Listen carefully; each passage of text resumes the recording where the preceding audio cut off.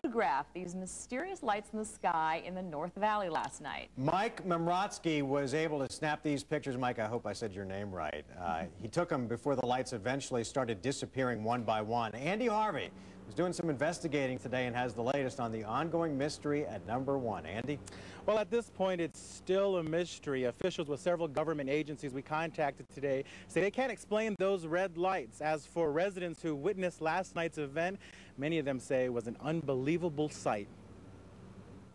A large red advertising balloon hovers over North Phoenix, the same area where 4 mysterious red lights appeared Monday evening. It was definitely unique. I'd never seen nothing like it before. Bob Brown and his roommate took 40 pictures of the red lights, and they weren't alone in capturing the mysterious event. My wife told me to grab my camera. She was out front. Scott Cancelosi's video shows the lights slowly moving around each other just around 8 last night. For 15 minutes, residents were amazed as the red lights formed various shapes. To be honest with you, I still don't believe what I saw last night. Officials with the FAA, NORAD, and the Air Force say they can't explain what created the red images. Last night's sighting brings back eerie memories of a similar event in 1997 when a mile-wide V-shaped formation of lights hovered over the city. The Air Force identified them as flares used in a training mission, but some residents now think the lights could be a sign of other life forms. Very exciting. Like I said, my husband and I, we've discussed it before and said I think there's so much out there we don't know about, and I think we would be ignorant to think that there's not life on another planet. I think maybe it's cold where they live and they're coming here to warm up.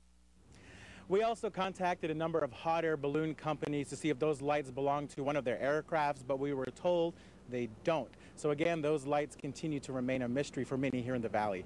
Live in Phoenix, I'm Andy Harvey, 12 News. Line tells us yet another Valley man has a different theory about what's going on. Jeff WOOLWINE is constantly watching the sky. He's been studying the Phoenix lights for years and believes they've been around for thousands more. It's pretty remarkable. It's pretty, something takes a hold of you and it's like, you know, we're not alone. He points to these petroglyphs on South Mountain, where he says ancient people drew the lights they saw in the sky, making a record like many in the valley did last night. They didn't have video cameras back there. They had stone boulders, and they told their stories on the rocks here. But skeptics say there's a simpler explanation. In 1997, the military said flares were responsible for the sightings, not aliens from another planet. Still no answers on last night's lights, but Jeff says they're drawn here. I really believe it has to do with the fault lines and the energy that the mountains produce. WOOLWINE says we can learn from the petroglyphs and see a wide range of formations over centuries. They like to fly in military formations, just like the military uses. Well, that's the way these things like to fly.